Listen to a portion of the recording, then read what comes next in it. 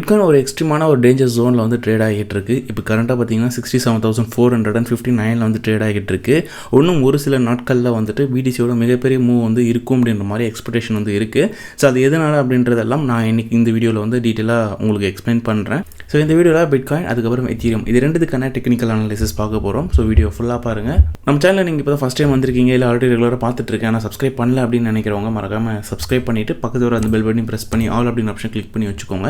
லாஸ்ட்டாக போட்ட பிட்காயின் வீடியோவில் நான் கிவ் வின்னர் அனௌன்ஸ் பண்ணியிருந்தேன். அதாவது நம்ம 10K சப்ஸ்கிரைபர்ஸ் வந்து ரீச் பண்ணதுக்கப்புறம் அதாவது 3 பேருக்கு வந்து பார்த்தீங்கன்னா டாலர்ஸ் வந்து கொடுக்குறதா சொல்லிச்சு. நியர்லி பார்த்தீங்கன்னா $300 கிட்ட வந்து கொடுக்குறதா இருந்துச்சு. அதில் 2 பேர் வந்து பார்த்தீங்கன்னா காண்டாக்ட் பண்ணிட்டாங்க. இன்னும் ஒரு பர்சன் எனக்கு காண்டாக்ட் பண்ணாமல் இருக்காங்க. ஸோ நீங்கள் யாராவது மேபி வின்னராக இருக்கலாம். ஸோ அதனால் இந்த இதுக்கு முன்னாடி போட்ட பிட்காயின் அனாலிசிஸ் வீடியோவில் போயிட்டு நீங்கள் பார்த்துட்டு கன்ஃபார்ம் பண்ணிக்கோங்க. ஒருவேளை நீங்களாக கூட இருக்கலாம், அதுக்கு தான் நான் சொல்கிறேன். ஸோ போய் பார்த்துட்டு அது நீங்களா இல்லையான்னு ஒரு எனக்கு கன்ஃபார்ம் பண்ணிடுங்க. இன்கேஸ் ஒரு வகையில் நீங்களாக இருந்தீங்கன்னா அதில் கீழே மெயில் ஐடி கொடுத்துருப்போம், அந்த மெயிலில் என்னை வந்து ரீச் பண்ணிவிடுங்க. பிடிசியோட Q1 அப்படின்றது பார்த்தீங்கன்னா இந்த வருஷத்தோடையது ரொம்ப ஒஸ்ட்டு. 22.91% கிட்ட வந்து பார்த்தீங்கன்னா மைனஸில் இருக்குது. இது லாஸ்ட் இயர் 2025 Q4 எடுத்துக்கிட்டிங்க அப்படின்னா 23% இருக்கும். நியர்லி இப்போ அந்த 23 தான் வந்து இறங்கியிருக்கு. பட் இதுக்கு முன்னாடி எப்போ ரொம்ப ஒஸ்ட்டு கேசஸாக வந்து இருந்திருக்கு க்ளோசிங்ஸ் அப்படின்னு பார்க்கும்போது பார்த்தீங்கன்னா 2018 49.7%, அதாவது நியர்லி 50% வந்து பார்த்தீங்கன்னா ஒஸ்ட்டாக வந்து முடிஞ்சிருக்கு. அதே 2028 வந்து பார்த்தீங்கன்னா Q4 வந்து 42% வந்து முடிஞ்சிருக்கும்.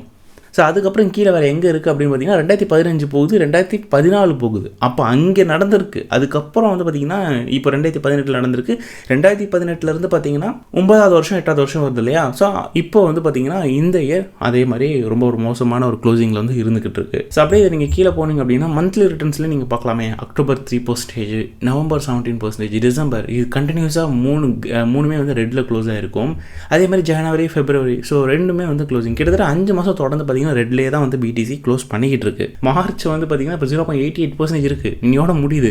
இன்றைக்கி ஒன்று கீழே இறங்கிச்சு அப்படின்னா ரெட் ஆகிடும், இல்லைனா அது க்ரீன் ஆகிடும். ஏப்ரலை பொறுத்த வரைக்கும் அதிகமாக ரெட்டில் இருக்கிறதுக்கு வாய்ப்புகள் இருக்குது. மே ரெட்டில் முடிய தான் வாய்ப்புகள் இருக்குன்ற மாதிரி எனக்கு ஒரு கெஸ்ஸு. ஏன்னா பிடிசி வந்துட்டு இன்னும் நிறையவே கீழே இறங்க வேண்டியது இருக்குது இல்லையா. ஸோ அதெல்லாம் நடந்துச்சுன்னா கண்டிப்பாக இந்த 2 மாதம் 3 மாதம் வந்து டைம் எடுத்துக்கும். ஸோ அதெல்லாம் ரெட்டில் முடியறதுக்கு வாய்ப்புகள் இருக்குது. ஸோ லாஸ்ட் டைம் வந்து நான் ஒரு விஷயம் வந்து உங்களுக்கு சொல்லியிருந்திருப்பேன். ஸோ இதுக்குள்ளே வந்து இருக்குது, ஒரு வேளை ரீக்ளைம் ஆன மாட்டேன் அது போகும்ட்டு. இது இப்போதைக்கு இதுக்கான வாய்ப்புகள் குறைவுன்றதுனால நான் இதை வந்து எடுத்துடுறேன். ஏன்னா நான் இன்னொரு ஷார்ட்டில் உங்களுக்கு அது கிளியராக எக்ஸ்பிளைன் பண்ணியிருப்பேன். எங்கே அது இதுதான் நினைக்கிறேன் இல்லையா. ஆமாம். ஸோ பிடிசியை பொறுத்த வரைக்கும் பார்த்தீங்கன்னா மெயினாக அது வந்து ப்ரீவியஸ் இருக்கக்கூடிய ஒரு பேட்டர்ன், அந்த ஒரு ஸ்ட்ரக்சர்ஸை தான் வந்து ஃபாலோ பண்ணி அகைன் அண்ட் அகைன் வந்து பார்த்திங்கன்னா விழுந்துக்கிட்டு இருக்குன்றதை நான் சொல்லியிருப்பேன். ஸோ லைக் இது எப்படின்னா இந்த ஊருக்கு பாருங்கள், இந்த ஒரு ஃப்ளாக் பேட்டர்ன் தான். இந்த பேட்டர்னை தான் பார்த்திங்கன்னா இங்கே வந்து அகைன் ஃபார்ம் பண்ணுது. திரும்ப இது விழுந்ததுக்கப்புறம் அகைன் வந்து ஒரு ஃப்ளாக் பேட்டர்ன் ஃபார்ம் ஆகலாம். விழுந்ததுக்கப்புறம் சொல்கிறேன், திரும்ப அகைன் ஒரு ஃப்ளாக் பேட்டர்ன் ஃபார்ம் ஆகி அகைன் அங்கேருந்து மறுபடியும் விழுந்து லாங் ரேஞ்சுக்கான இந்த ஒரு ஸ்ட்ரக்சர்ஸ் வந்து உடைப்பாங்க. உடைச்சதுக்கப்புறம் மார்க்கெட் ஷிஃப்ட் ஆகும். ஸோ அதுக்கப்புறம் மார்க்கெட் வந்து பார்த்திங்கன்னா மேல் நோக்கி எழும்ப ஆரம்பிக்கும். அங்கேருந்து மார்க்கெட் வந்து அப் ட்ரெண்டுக்குள்ளே போக ஆரம்பிக்கும்.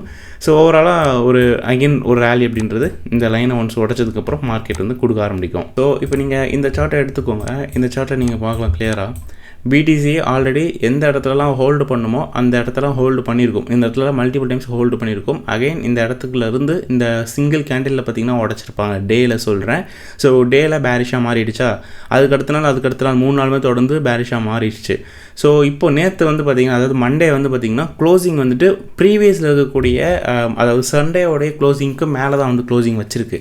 பட் ஆனால் லாங் வீக் அப்படின்றது இருக்குது. ஸோ அதுக்கப்புறம் இன்றைக்கான கேண்டிலுமே பார்த்திங்கன்னா எடுத்த உடனே க்ரீனில் தான் வந்து பார்த்திங்கன்னா போயிருக்கு. சின்னதாக ஒரு விக்கை வச்சுட்டு அதுக்கப்புறம் கண்ட்ரோலாக ஃபுல்லாக மேலே தான் போயிருக்காங்க. அப் டு வந்து பார்த்திங்கன்னா 68,320 வரைக்கும் ட்ரை பண்ணியிருக்காங்க. ஸோ இப்போ வந்து 68 வந்து டார்கெட் பண்ணிக்கிட்டு இருக்காங்க. நேற்றுமே 68 வந்து ட்ரை பண்ணியிருக்காங்க, இன்றைக்கும் 68 வந்து ட்ரை பண்ணியிருக்காங்க.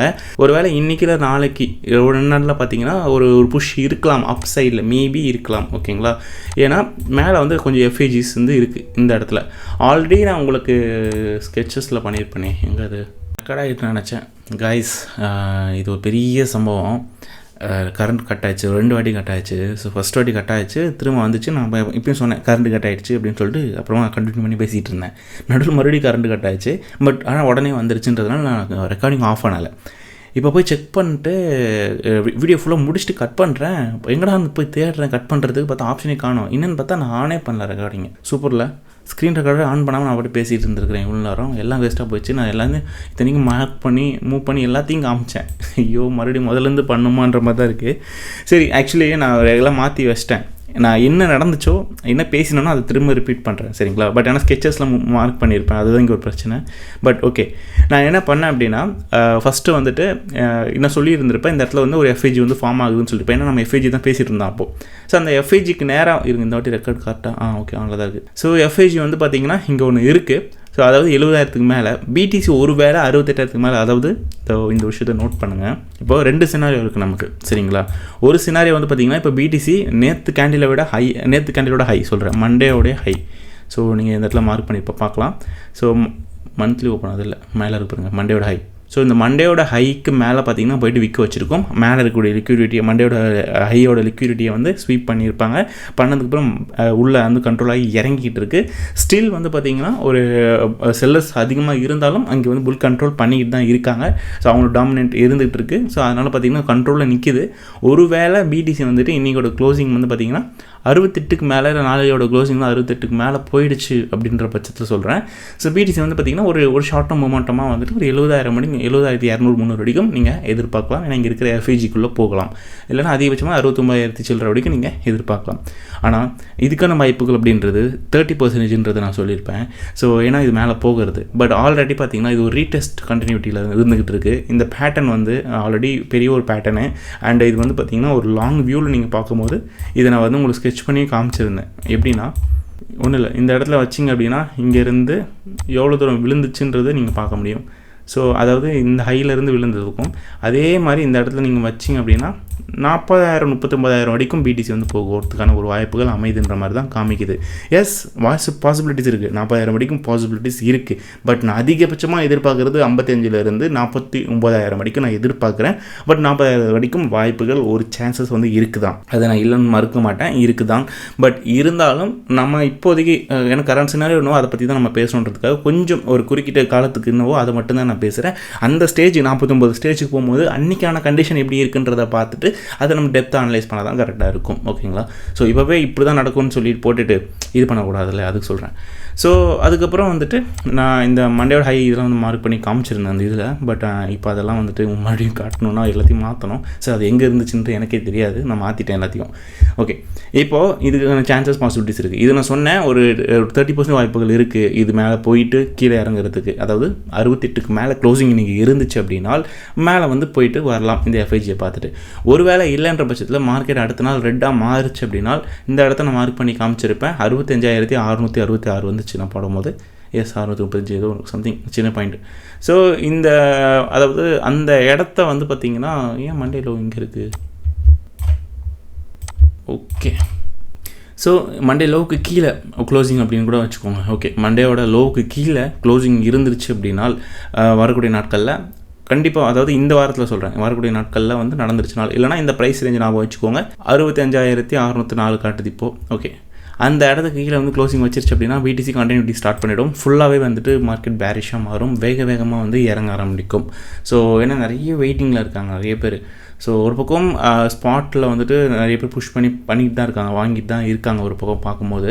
பட் இருந்தாலும் இந்த ஒரு பேட்டர்ன்ன்றது ஒரு எஃபெக்டிவான ஒரு பேட்டர்ன். ஸோ அதோடைய வேல்யூவை வந்து காட்டணும்னு நினைக்கும். அதனால் கண்டிப்பாக அந்த இடத்துல பெரிய ஒரு லைக் எப்படி சொல்கிறது, ஒரு ஃப்ளாஷ் அப்படின்றது வந்து இருக்கலாம் வரக்கூடிய நாட்களில்.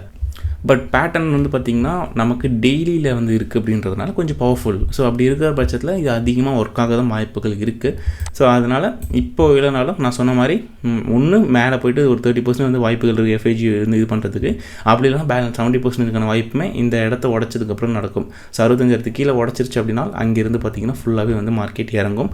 ஸோ அது ஒரு பெரிய ஒரு வாய்ப்பு நிறைய பேருக்கு வந்து கொடுக்கும். ஸோ ஒன்ஸ் இந்த ஒரு லைக் இந்த லெவல்ஸ் நடக்குது அப்படின்ற பட்சத்தில் இப்போ இங்கேருந்து விழுது அப்படின்னா இந்த இடம் வருதுன்னு வச்சுக்கோங்களேன், ஒரு 39,000 வருது அப்படின்னா அங்கேருந்து பார்த்திங்கன்னா நம்ம பிடிசி அகெயின் வந்துட்டு சைடில் மூவ் ஆகிட்டே இருக்கும். ஸோ இப்படி ஆகும்போது இந்த ரேஞ்சை வந்து உடைப்பாங்க. எப்படி இந்த ட்ரெண்ட் லைனை வந்து உடைப்பாங்க. இது வந்து லாங் ரேஞ்சில் வந்து பெருசாக வந்து இருக்குது. ஸோ ஒரு ஹையர் டைம் ஃப்ரேமில் ரொம்ப ஒரு ஹெவியான ஒரு இது சொல்கிறேன் இந்த பேட்டர்னு. இந்த இதை வந்து லைட்டாக மாற்றணும். ஓகே, இந்த இடத்த வந்து ஒன்ஸ் உடச்சதுக்கப்புறம் பார்த்திங்கன்னா பிடிசி டோட்டலாகவே அப் ட்ரெண்டில் வந்து சேஞ்ச் ஆகிடும். கண்டினியூவாக சொல்கிறேன், ஃபுல்லாகவே அப் ட்ரெண்டில் வந்து செஞ்சிடும் ஹையர் டைம் ஃப்ரேமில். அப்படி ஆயிடுச்சுன்னா பிடிசி அடுத்த ஒரு ரேலியை நோக்கி மூவ் ஆக ஆரம்பிச்சிடும். ஓகேங்களா? ஸோ இதுக்கான பாசிபிலிட்டிஸ் அமையும். ஓகே, இது சொல்லியிருந்தேன். அடுத்து வந்து எத்தீரியம் பற்றி பேசியிருந்தேன், மற்றதெல்லாம் ரெக்கார்ட் ஆகிருக்குன்னு நினைக்கிறேன். எத்தீரியமே பொறுத்த வரைக்கும் பார்த்தீங்கன்னா இங்கே மெயினான ஒரு சப்போர்ட்டாக இருந்த 2122 அதை உடச்சதுக்கப்புறம் பெரிய ஒரு ரெசிஸ்டன்ஸாக வந்து மாறிச்சு. எக்கச்சக்கமாக வந்து பார்த்திங்கன்னா விழுந்திருக்கும். இந்த இடத்துக்கு போகும்போதெல்லாம் கீழே விழுந்திருக்கும். அதுக்கப்புறம் இந்த இடத்த உடைச்சாங்க. உடைக்கும் போதே நம்ம அந்த டைமில் வீடியோ பண்ணியிருந்தோம். ஒன்ஸ் இதை உடைச்சாங்க அப்படின்னா அதிகபட்சமாக வந்து இந்த ரேஞ்ச் சொல்லியிருப்பேன், 2391 வரைக்கும் வரும். மேலே எஃப்ஏஜி இருக்குது. ஒரு வேளை வந்துச்சுன்னா அந்த இடத்த வந்து புஷ் பண்ணிவிட்டு அங்கேருந்து கூட இறக்கிடலாம் அப்படின்றது சொல்லியிருப்பேன். பட் ஆனால் இது உடைக்காமல் இங்கேருந்தே பார்த்தீங்கன்னா கீழே இறங்கியிருக்கும். அப்படி இறங்கும் போது அந்த மெயினான ஒரு சப்போர்ட்டாக மாறினதை அதையும் உடைச்சி அதிலே சைடில் ட்ராவல் பண்ணி திரும்ப அங்கேருந்து பார்த்தீங்கன்னா ஃப்ளாஷ் பண்ணி கீழே இறக்கியிருப்பாங்க. ஸோ இப்போ எகெயின் சொல்லப்போனால் இதுவுமே வந்து ஒரு ரீடெஸ்ட் தான் பண்ண வந்துக்கிட்டு இருக்கு. 2123 எத்தீரியமோடைய ஒரு ஹை மேக்ஸிமம் இன்னைக்கு இந்த வாரத்தில் 2-3 நாளில் போகுதுன்னு வச்சுக்கோங்களேன். அது வரைக்கும் தான் போகும். ஒரு வேளை அதை ரீக்ளைம் பண்ணி உடச்சிட்டாங்கன்னா இந்த மேலே இவ்வளோ தூரம் வரைக்கும் வரும். எப்படின்னா இந்த இடத்துல இருந்து இங்கே வந்து இங்கேருந்து பார்த்திங்கன்னா திரும்ப கீழே வந்து இறங்கும். ஓகேங்களா? அதுக்கான ஒரு பாசிபிலிட்டிஸ் வந்து இருக்குது. ஸோ அந்த 2122 மெயினாக நீங்கள் வந்து நோட் பண்ணிக்கோங்க. இப்போ கரண்ட்டாக 2059 ட்ராவல் ஆகிட்டுருக்கு. ஒன்ஸ் இதுவுமே வந்துட்டு இந்த லோ வந்து தட்டுருச்சுன்னா, அதாவது 1944 கீழே வந்து க்ளோசிங் வச்சிருச்சு அப்படின்னா இதுவும் கண்டம் தான். 1452 1000 வரைக்கும் எத்தீரியம் வந்து லாங் ரேஞ்சில் பார்க்கும்போது வாய்ப்புகள் இருக்குது. ஒரு வேளை இதெல்லாம் நடந்தால். பட் ஆனால் இது நடக்குமான்றது பெரிய ஒரு கேள்விக்குறி தான். ஸோ மேக்ஸிமம் வந்து நம்ம இந்த ஒரு லோ கூட எதிர்பார்க்கலாம். மேக்ஸிமம் சொல்கிறேன், மேக்ஸிமம் வந்து பாசிபிலிட்டிஸ் இப்போ அமைஞ்சிட்ருக்கு. ஆனால் மார்க்கெட் ஆனால் உங்களுக்கு தெரியும் என்னென்ன கண்டிஷன் நடந்துகிட்ருக்கு. ஒரு பக்கம் எனர்ஜி பிரச்சனை போயிட்டுருக்கு, பெட்ரோல் இஷ்யூலாம் நிறைய நடந்துக்கிட்டு இருக்குது. ஸோ இதெல்லாம் காரணமாக வச்சு ஒரு வாட்டி ஒரு விஷயம் நடக்கும். முன்னாடி கோவிட் ப்ராப்ளம் நடந்துச்சு, அந்த டைமில் எப்படின்னு மார்க்கெட் ரியாக்ட் ஆச்சுன்னு எல்லாருக்கும் தெரியும். அந்த மாதிரி ஏதாவது ஒரு பெரிய பெரிய விஷயம் நடக்கும்போது மார்க்கெட் பெருசாக ஒரு டவுன்ஃபால் அப்படின்றது கொடுக்கும். ஸோ அது வந்து இந்த சைக்கிளில் வந்து இருக்கலாம் அப்படின்ற மாதிரி எனக்கு தோணுது.